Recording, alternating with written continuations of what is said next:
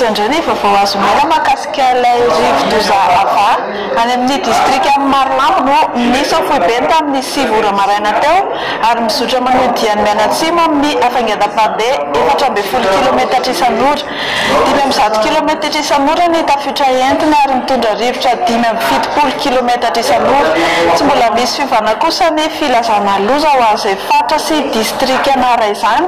fa mbola mahazo ny filazana loza mitatao na ny lokomena ny distrikany Anosibeanary, Moramanga, Antanambaomanapotsy, Mahanoro, Marlambo, Vatomandry,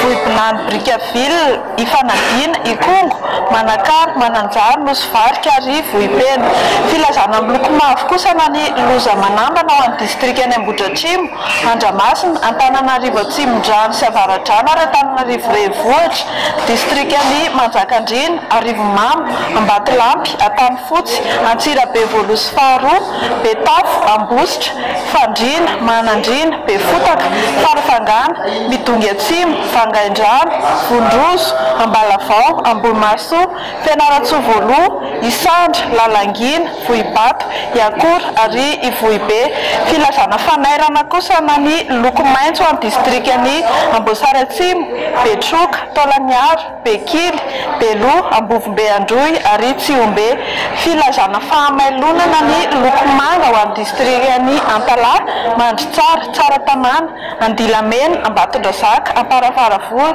Fenaorivo Atsinanana, Mananaravaratra, Marotsetra, Nosy-Boara, Sainte-Marie, Sonerano-Vongo, Vavatenina, Tomasina Voalozy faharoa ary Anjozorobe. Ny mpampiasa ranomasina amin'ny morontsiraka Atsinanana manontolo sy atsimon'ny Madagasikara dia iangaviana indrindra ihany koa mba mbola tsy hivoaka an-dranomasina dia mametraka ny mandrapitafa vetivety to klasy to vavy.